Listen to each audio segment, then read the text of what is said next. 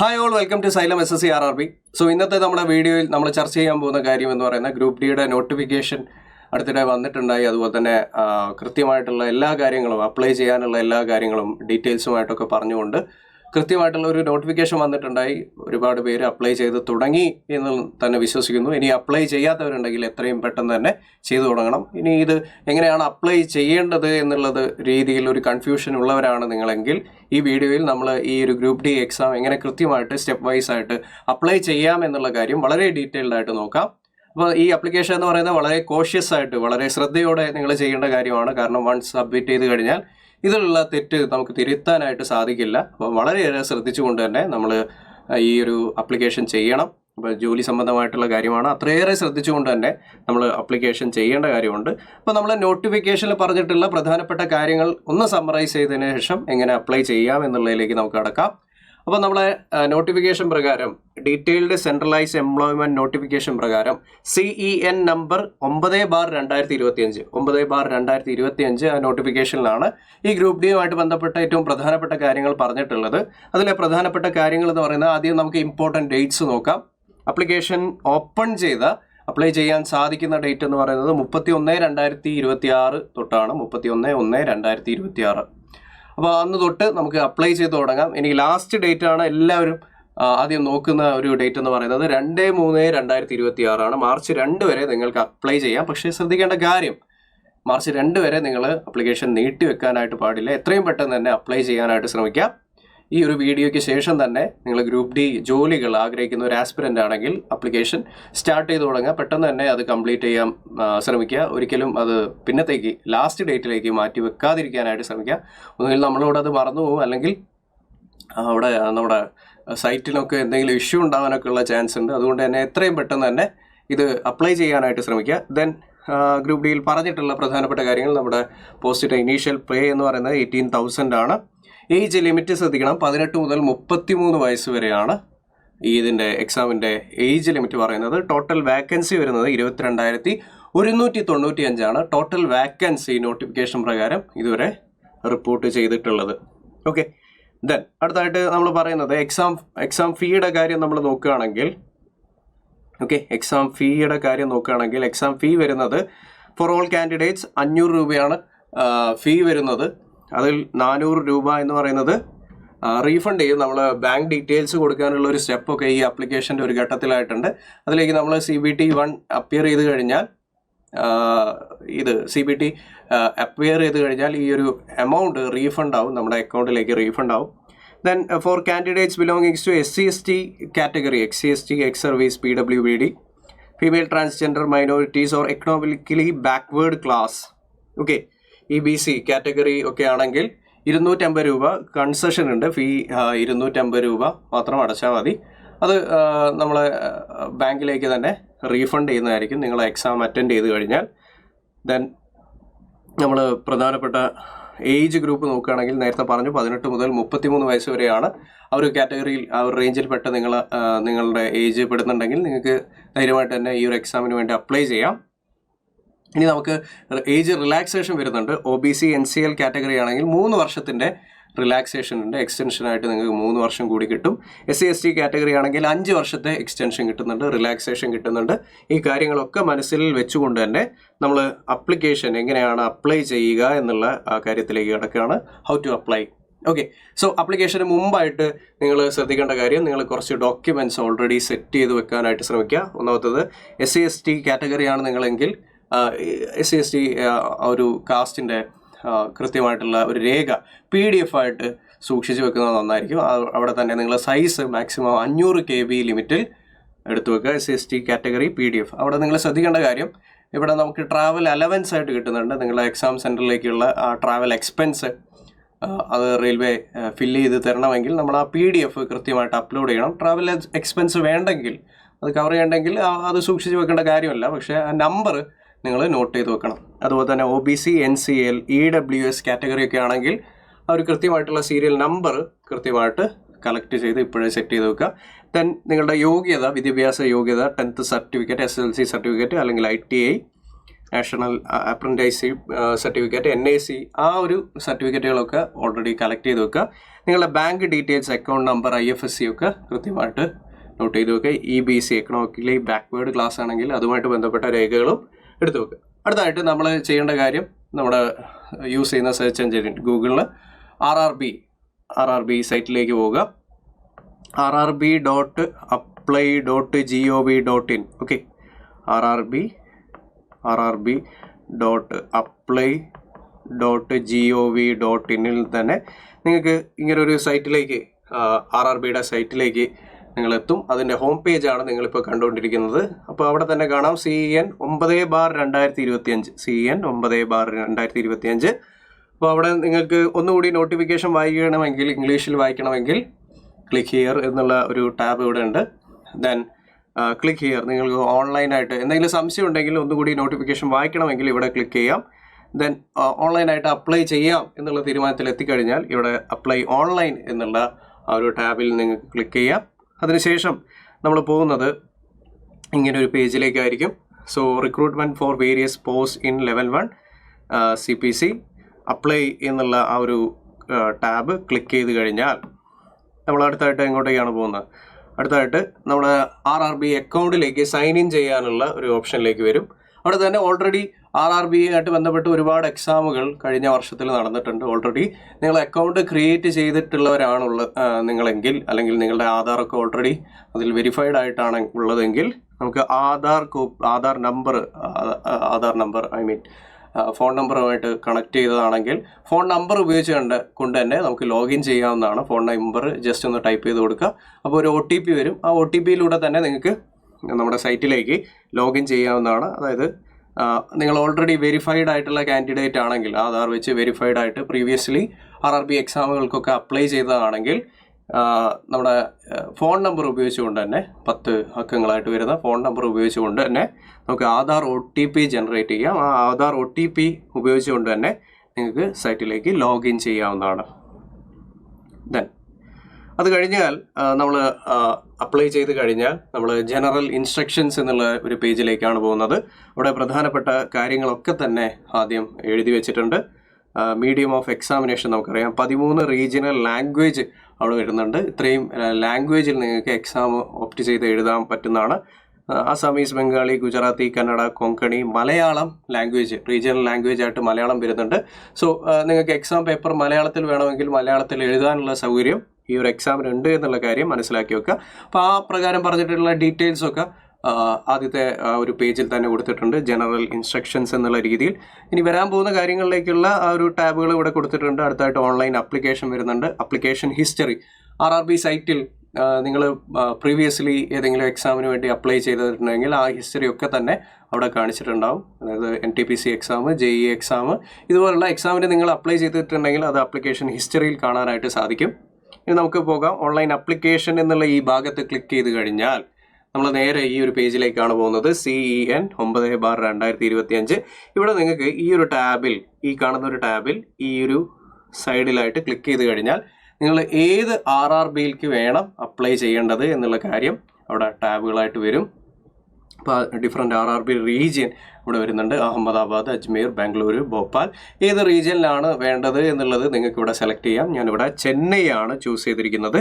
അപ്പോൾ അത് ക്ലിക്ക് ചെയ്തതിന് ശേഷം നമ്മൾ ഇവിടെ കാണുന്ന 2 ടിക്ക് ബോക്സുകൾ കൃത്യമായിട്ട് ക്ലിക്ക് ചെയ്ത് നെക്സ്റ്റ് എന്നുള്ള ഒരു ടാബ് ക്ലിക്ക് ചെയ്ത് കൊടുത്താൽ ഇവിടെ കൃത്യമായിട്ട് അത് ടിക്ക് മാർക്ക് കംപ്ലീറ്റ് ആക്കാനായിട്ട് ശ്രമിക്കണം. അത് കഴിഞ്ഞ് നെക്സ്റ്റ് എന്നുള്ള ടാബ് ക്ലിക്ക് ചെയ്ത് കൊടുത്തു കഴിഞ്ഞാൽ നമ്മുടെ അടുത്ത കാര്യം, ആധാർ കാർഡുമായിട്ട് വെരിഫൈഡ് ആയിട്ടുള്ള അക്കൗണ്ട് ആണെങ്കിൽ നമ്മൾ അടുത്ത കാര്യത്തിലേക്ക് വരും. ഓൾറെഡി നിങ്ങൾ പ്രീവിയസ്ലി റെയിൽവേ എക്സാമിലെ പല ഡീറ്റെയിൽസും അപ്ലൈ ചെയ്തിട്ടുള്ളവരാണെങ്കിൽ, പല ഡീറ്റെയിൽസും കൊടുത്തിട്ടുള്ളവരാണെങ്കിൽ ഈ പേജിൽ തന്നെ ഒരുപാട് കാര്യങ്ങൾ ഓൾറെഡി ഫിൽഡ് ആയിരിക്കും. ദെൻ ഇതിൽ പേഴ്സണൽ ഡീറ്റെയിൽസ് എന്ന് പറയുന്ന കാര്യം ആദ്യം ഫില്ല് ചെയ്യാനുണ്ട്. പേഴ്സണൽ ഡീറ്റെയിൽസിൽ കൺട്രി ഇന്ത്യ, നമ്മുടെ ഡേറ്റ് ഓഫ് ബർത്ത്. ശ്രദ്ധിക്കേണ്ട കാര്യം, നിങ്ങളുടെ SSLC സർട്ടിഫിക്കറ്റിലെ കറക്റ്റ് ഡീറ്റെയിൽസ് ആയിട്ട് തന്നെ വേണം ഇവിടെ കാര്യങ്ങൾ ഫില്ല് ചെയ്യാൻ വേണ്ടി. അപ്പോൾ SSLC സർട്ടിഫിക്കറ്റ് നോക്കുക. അപ്പോൾ കൃത്യമായിട്ട് അതിലെ ഡീറ്റെയിൽസ് തന്നെയാണ് നിങ്ങൾ ഇവിടെ കൊടുക്കേണ്ടത്. അപ്പോൾ അതിൽ യാതൊരു തെറ്റും വരുത്താതെ വളരെ കൃത്യമായിട്ട് ഒബ്സർവ് ചെയ്തുകൊണ്ട് എന്തൊക്കെയാണ് സർട്ടിഫിക്കറ്റിലുള്ള വിവരങ്ങൾ എന്നുള്ളത് അതേപോലെ തന്നെ കൃത്യമായിട്ട് അവിടെ എഴുതണം. അപ്പോൾ നമ്മുടെ ചോയ്സ് ഓഫ് ലാംഗ്വേജ് ഇവിടെ കൊടുത്തിട്ടുണ്ട്. നിങ്ങൾക്ക് ഇംഗ്ലീഷാണ് വേണ്ടതെങ്കിൽ എക്സാമിനേഷൻ ഇംഗ്ലീഷിൽ കാണണമെങ്കിൽ ഇംഗ്ലീഷ് എന്ന് ഓപ്റ്റ് ചെയ്യാം. അല്ലെങ്കിൽ മലയാളത്തിലാണെങ്കിൽ ഇവിടെ തന്നെ ക്ലിക്ക് ചെയ്ത് കഴിഞ്ഞാൽ ഓൾറെഡി പറഞ്ഞിട്ടുണ്ട് 13 റീജിയണൽ ലാംഗ്വേജിൽ നിങ്ങൾക്ക് എഴുതാനായിട്ട് സാധിക്കും. മലയാളത്തിലാണ് എഴുതേണ്ടതെങ്കിൽ നിങ്ങൾക്ക് മലയാളത്തിൽ എഴുതാനായിട്ട് സാധിക്കും. ദെൻ SSLC സർട്ടിഫിക്കറ്റിൽ കൊടുത്തിട്ടുള്ള നമ്മുടെ ഐഡൻറ്റിഫിക്കേഷൻ മാർക്കുകൾ 2 എണ്ണം ഇവിടെ ഫില്ല് ചെയ്യണം. ഇതൊക്കെ സ്റ്റാർ മാർക്കിൽ ഇട്ടിട്ടുള്ള കാര്യങ്ങളാണ്. ഇത് ചെയ്യാതെ നിങ്ങൾക്ക് അടുത്ത സ്റ്റെപ്പിലേക്ക് പോകാനായിട്ട് പറ്റില്ല. അപ്പോൾ നിർബന്ധമായിട്ട് ആ സ്റ്റെപ്പുകൾ കംപ്ലീറ്റ് ആക്കാനായിട്ട് ശ്രമിക്കുക. അടുത്ത കമ്മ്യൂണിറ്റി ഡീറ്റെയിൽസ് ആണ്. നിങ്ങൾ OBC കാറ്റഗറിയിലാണെങ്കിൽ ആ കമ്മ്യൂണിറ്റി ക്ലിക്ക് ചെയ്യുക. ദെൻ NCL കാറ്റഗറിയാണ്, OBC NCL ആണെങ്കിലാണ് നമുക്ക് ഇതുമായിട്ട് ബന്ധപ്പെട്ട കാര്യങ്ങൾ തുടർന്ന് ചെയ്യാനായിട്ട് പറ്റുന്നത്. അപ്പോൾ NCL കാറ്റഗറിയിലാണെങ്കിൽ ആ കാര്യം ക്ലിക്ക് ചെയ്യുക. ദെൻ ഇവിടെ അടുത്തായിട്ട് അത് ക്ലിക്ക് ചെയ്ത് കഴിഞ്ഞാൽ കൃത്യമായിട്ട് പറയുന്നുണ്ട്, a person seeking appointment on the basis of reservation to OBC NCL must ensure that he or she possess the caste or community certificate and does not fall in creamy layer on the closing date of submission of application. അതായത് ഈ application date close ചെയ്യുന്നതിന് മുന്നേ തന്നെ valid ആയിട്ടുള്ള ഒരു community certificate കയ്യിലുണ്ടാവണം എന്ന് ഉറപ്പുവരുത്തിയിട്ട് വേണം നമ്മൾ OBC NCL സർട്ടിഫിക്കറ്റ് ആ കാര്യങ്ങൾ ഫില്ല് ചെയ്യാനായിട്ട്. So during DV such candidate should produce their original NCL certificate. നമ്മൾ DV നമ്മളെ റാങ്ക് ലിസ്റ്റ് ഒക്കെ വന്നതിന് ശേഷം നമ്മൾ DV ഡോക്യുമെൻ്റ് വെരിഫിക്കേഷൻ്റെ സമയത്ത് ഈ സർട്ടിഫിക്കറ്റ് നമുക്ക് സബ്മിറ്റ് ചെയ്യേണ്ടി വരും. സോ ആപ്ലിക്കേഷൻ ക്ലോസിംഗ് ഡേറ്റിന് മുന്നേ തന്നെ വാലിഡ് ആയിട്ടുള്ള ഒരു OBC NCL സർട്ടിഫിക്കറ്റ് നിങ്ങളുടെ കയ്യിലുണ്ടെന്ന് ഉറപ്പുവരുത്തി ആ ഒരു കാര്യം ക്ലിക്ക് ചെയ്യാനായിട്ട് ശ്രമിക്കുക. ഓക്കെ, സോ ഇവിടെ I understand and I agree എന്നുള്ള ആ ഒരു കാര്യം ക്ലിക്ക് ചെയ്ത് കൊടുത്താൽ നമ്മൾ അടുത്തത് ഇവിടെ നമുക്ക് കാര്യങ്ങളൊക്കെ ഫില്ല് ചെയ്യാം. Do you come under OBC NCL എന്ന് ചോദിക്കുമ്പോൾ അവിടെ യെസ് കമ്മ്യൂണിറ്റി സർട്ടിഫിക്കറ്റ് ഉണ്ടെങ്കിൽ യെസ് എന്ന് കൊടുക്കുക. നെയിം ഓഫ് ദ കാസ്റ്റ് അവിടെ കൊടുക്കുക. കമ്മ്യൂണിറ്റി സർട്ടിഫിക്കറ്റ് നമ്പർ ഇതാണ് ഇമ്പോർട്ടൻറ്റ്. സർട്ടിഫിക്കറ്റിൻ്റെ PDF ഒന്നും അപ്ലോഡ് ചെയ്യേണ്ട ആവശ്യമില്ല. ജസ്റ്റ് കമ്മ്യൂണിറ്റി സർട്ടിഫിക്കറ്റ് നമ്പർ മാത്രം അവിടെ ടൈപ്പ് ചെയ്ത് കൊടുത്താൽ മതി. Community certificate issuing authority mark ചെയ്യുക. അതുപോലെ തന്നെ community certificate date of issue അതൊക്കെ തന്നെ സർട്ടിഫിക്കറ്റിൽ മാർക്ക് ചെയ്തിട്ടുണ്ടാവും. ആ കാര്യങ്ങൾ അതേപോലെ തന്നെ ഈ ഒരു ടേബിളിൽ ഫീഡ് ചെയ്യാനായിട്ട് ശ്രമിക്കുക. ദെൻ കമ്മ്യൂണിറ്റി SC ആണെങ്കിൽ ഷെഡ്യൂൾ കാസ്റ്റ് ആണെങ്കിൽ name of the caste, community certificate number ഇവിടെയും കമ്മ്യൂണിറ്റി സർട്ടിഫിക്കറ്റ് നമ്പർ എന്ന് പറയുന്നത് ഇമ്പോർട്ടൻ്റ് ആണ്. Community certificate issuing authority, community certificate date, do you wish to avail free railway pass. Exam centre ദൂരെയാണെങ്കിൽ free railway pass നമുക്ക് ലഭിക്കും. ആ free railway pass വേണമെങ്കിൽ നമ്മൾ എന്ത് ചെയ്യണം, ഇവിടെ അടുത്തായിട്ട് വാലിഡ് കാസ്റ്റ് സർട്ടിഫിക്കറ്റ് 500 KB താഴെയായിട്ടുള്ള ആ കാസ്റ്റ് സർട്ടിഫിക്കറ്റിൻ്റെ PDF അപ്ലോഡ് ചെയ്യേണ്ടതുണ്ട്. അതായത് ഈ ഒരു ഓപ്ഷൻ വേണമെങ്കിൽ do you wish to avail free travel pass എന്നുള്ള ഒരു ഓപ്ഷൻ വേണമെങ്കിൽ അവിടെ വാലിഡ് കാസ്റ്റ് സർട്ടിഫിക്കറ്റ് നമ്മൾ അപ്ലോഡ് ചെയ്യണം. ഇൻഡിക്കേറ്റ് നിയറസ്റ്റ് റെയിൽവേ സ്റ്റേഷൻ, ഏറ്റവും അടുത്തുള്ള റെയിൽവേ സ്റ്റേഷനും നമ്മളവിടെ കൃത്യമായിട്ട് മാർക്ക് ചെയ്യണം. ഇത് വേണ്ടെങ്കിൽ അതിൻ്റെ ഒരു കാര്യമായിട്ട് നമ്മൾ പറയുന്നില്ല. നമ്മൾ യെസ് ഓർ നോയ്ക്ക് അനുസരിച്ചിട്ടായിരിക്കും അവിടെ കാര്യങ്ങൾ പറയുന്നത്. ഓക്കെ, ദെൻ ST കാറ്റഗറി ആണെങ്കിൽ ഷെഡ്യൂൾ ട്രൈബ് ആണെങ്കിലും അവിടെ ട്രൈബ് കമ്മ്യൂണിറ്റി സർട്ടിഫിക്കറ്റ് നമ്പർ വേണം. ഇഷ്യൂയിങ് അതോറിറ്റി അതിൻ്റെ ഡേറ്റ് ഓഫ് ഇഷ്യൂ. ഇവിടെയും ഫ്രീ റെയിൽവേ പാസ് വേണമെങ്കിൽ നമ്മൾ വാലിഡ് കാസ്റ്റ് സർട്ടിഫിക്കറ്റ് 500 KB താഴെ PDF ഫോർമാറ്റിൽ അപ്ലോഡ് ചെയ്യാനായിട്ട് ശ്രമിക്കണം. Okay, yes. ഇനി അടുത്തായിട്ട് നമ്മൾ ST പറഞ്ഞു.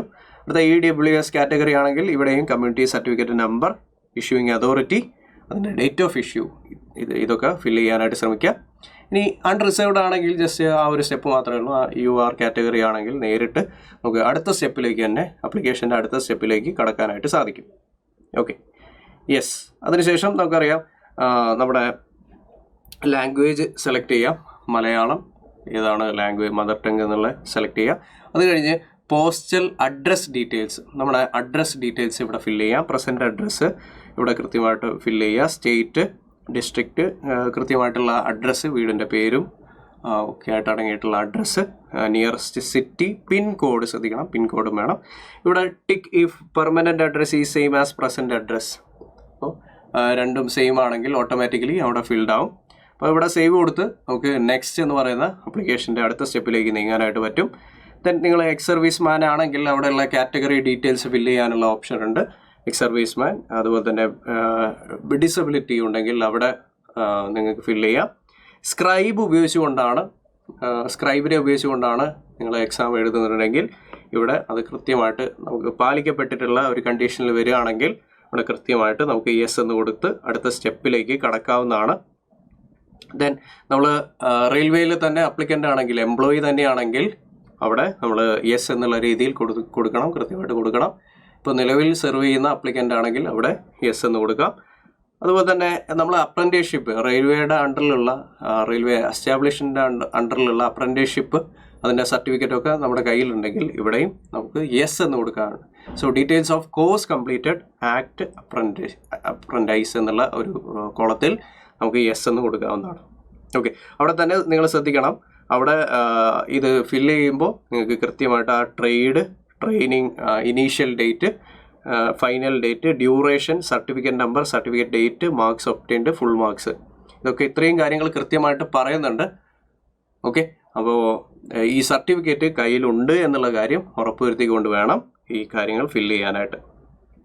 അടുത്തതായിട്ട് നമുക്കറിയാം റീഫണ്ടബിൾ ആണ് എന്ന് നമ്മൾ പറഞ്ഞു, നമ്മുടെ എക്സാം ഫീ റീഫണ്ടബിൾ ആണ്.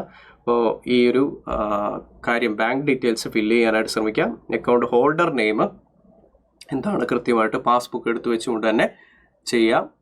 അക്കൗണ്ട് നമ്പർ എടുത്ത് വെക്കുക, ഫില്ല് ചെയ്യുക. ദെൻ IFSC കോഡ് ഫില്ല് ചെയ്യുക.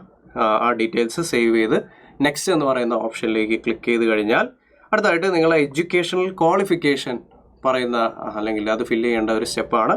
നമുക്ക് SSLC മെട്രിക്കുലേഷൻ ആണെങ്കിൽ അത് ഫില്ല് ചെയ്യാം. ITI അല്ലെങ്കിൽ NAC ആണെങ്കിൽ അതിനനുസരിച്ച് നിങ്ങൾക്ക് ആഡ് ചെയ്യാം, ക്വാളിഫിക്കേഷൻ ആഡ് ചെയ്യാം. നിങ്ങളുടെ ക്വാളിഫിക്കേഷൻ എന്താണോ അതിനനുസരിച്ച് ഇവിടെ എഡ്യൂക്കേഷൻ ക്വാളിഫിക്കേഷൻ എന്ന് പറയുന്ന കാര്യത്തിലേക്ക് ഫില്ല് ചെയ്യാം. നമ്മൾ ഓൾറെഡി പേഴ്സണൽ ഡീറ്റെയിൽസും അതർ ഡീറ്റെയിൽസ് എന്ന് പറയുന്ന സ്റ്റെപ്പ് കംപ്ലീറ്റ് ആയതിനു ശേഷം വരുന്നതാണ് എഡ്യൂക്കേഷണൽ ക്വാളിഫിക്കേഷൻ എന്ന് പറയുന്നത്. ഇവിടെ നമുക്ക് സർട്ടിഫിക്കറ്റ് അപ്ലോഡ് ചെയ്യേണ്ടതായിട്ടൊന്നും വരുന്നില്ല. ജസ്റ്റ് ആ ക്വാളിഫിക്കേഷനും നിങ്ങളുടെ ബോർഡും അതുപോലെ തന്നെ ഡേറ്റ് ഓഫ് പാസിങ്ങുമായിട്ട് ബന്ധപ്പെട്ട കാര്യങ്ങളാണ് ഇവിടെ കൊടുത്തിരിക്കുന്നത്. സർട്ടിഫിക്കറ്റ് ഫില്ല് ചെയ്യേണ്ട കാര്യമൊന്നും വരുന്നില്ല. Then yes, okay.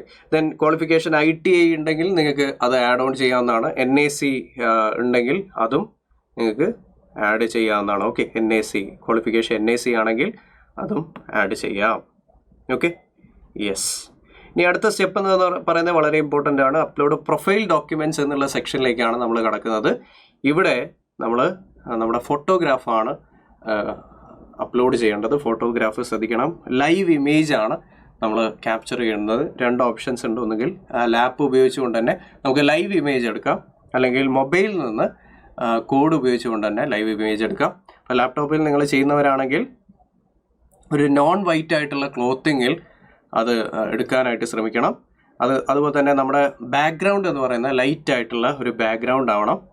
അപ്പോൾ കൃത്യമായിട്ട് ഒരു നല്ല ലൈറ്റിംഗ് ഉള്ള ഒരു പ്ലെയിൻ ആയിട്ടുള്ള വൈറ്റ് ബാക്ക്ഗ്രൗണ്ടിൻ്റെ അടുത്തുനിന്ന് കൃത്യമായിട്ട് ഈ ഫോട്ടോ എടുക്കാനായിട്ട് ശ്രമിക്കാം. ഇപ്പോൾ ഈ ക്യാപ്ചർ ലൈവ് ഇമേജ് എന്ന് പറയുന്ന ആ ഒരു സെക്ഷനിലേക്ക് ക്ലിക്ക് ചെയ്ത് കഴിഞ്ഞാൽ നിങ്ങൾക്ക് ഇങ്ങനൊരു ഓപ്ഷൻ വരും. ഈ ഒരു സർക്കിളിൻ്റെ ഉള്ളിലായിട്ടാണ് നിങ്ങളുടെ ഫേസ് വരേണ്ടത്. കൃത്യമായിട്ട് ഒരു വെൽ ലൈറ്റഡ് അപ്പ് ആയിട്ടുള്ള റീജിയനിൽ നിന്ന്, പ്ലെയിൻ ബാക്ക്ഗ്രൗണ്ട് ഉള്ള ഒരു റീജിയനിൽ നിന്ന് തന്നെ ഫോട്ടോ എടുക്കാനായിട്ട് ശ്രമിക്കാം. അവിടെ ഈ ഒരു സർക്കിളിൻ്റെ ഉള്ളിൽ കൃത്യമായിട്ട് നിങ്ങളുടെ ഫേസ് അലൈൻ ചെയ്ത് കഴിഞ്ഞാൽ ഈ ഒരു റെഡ് എന്ന് പറയുന്ന ചുറ്റുമുള്ള റെഡ് ബോർഡർ മാറിയിട്ട് ഒരു പച്ച ബോർഡറായിട്ട് മാറും. അപ്പോൾ നിങ്ങളുടെ ഫോട്ടോ കൃത്യമായിട്ട് അതിലേക്ക് അപ്ലോഡ് ആവുന്നതാണ്. അപ്പോൾ അത് കൃത്യമായിട്ട് ശ്രദ്ധിച്ചുകൊണ്ട് തന്നെ ലൈവ് ഫോട്ടോ ക്യാപ്ചർ ചെയ്യാനായിട്ട് ശ്രമിക്കുക. അടുത്തത് നമ്മുടെ സിഗ്നേച്ചറാണ് വരുന്നത്. സിഗ്നേച്ചർ ശ്രദ്ധിക്കണം. The applicant has to sign on white paper with black ink pen. ശ്രദ്ധിക്കണം, ബ്ലാക്ക് ഇങ്ക് പെന്നാണ് നമ്മൾ യൂസ് ചെയ്യേണ്ടത്. ഒരു വൈറ്റ് പേപ്പറിൽ വൈറ്റ് ബാക്ക്ഗ്രൗണ്ടാണ് വേണ്ടത്. വൈറ്റ് ബാക്ക്ഗ്രൗണ്ടിൽ വൈറ്റ് പേപ്പർ എടുത്തിട്ട് അതിൽ ഒരു ബ്ലാക്ക് ഇങ്ക് പെൻ ഉപയോഗിച്ചുകൊണ്ട് ബ്ലാക്ക് കളറിലുള്ള മഷിയിലാണ് നമ്മൾ ഒപ്പിടേണ്ടത്. അതിൽ തന്നെ ശ്രദ്ധിക്കണം, ഒരിക്കലും നമ്മൾ ബ്ലോക്ക് ലെറ്റേഴ്സിൽ, ക്യാപിറ്റൽ ലെറ്റേഴ്സിൽ എഴുതരുത്. അതുപോലെ തന്നെ ഡിസ്ജോയിൻറ്റഡ് ആയിട്ടും അവിടെ വരാൻ പാടില്ല. ഫ്ലോയിങ് ഫോമിൽ വേണം നമ്മൾ സിഗ്നേച്ചർ മാർക്ക് ചെയ്യാനായിട്ട്. അവിടെ തന്നെ നമ്മുടെ സൈസ് പറയുന്നുണ്ട്. Size of the file should be 30 KB to 49 KB. 30 KB മുതൽ 49 KB വരെയാണ് അതിൻ്റെ ആ ഒരു സിഗ്നേച്ചറിൻ്റെ സൈസ് വരുന്നത്.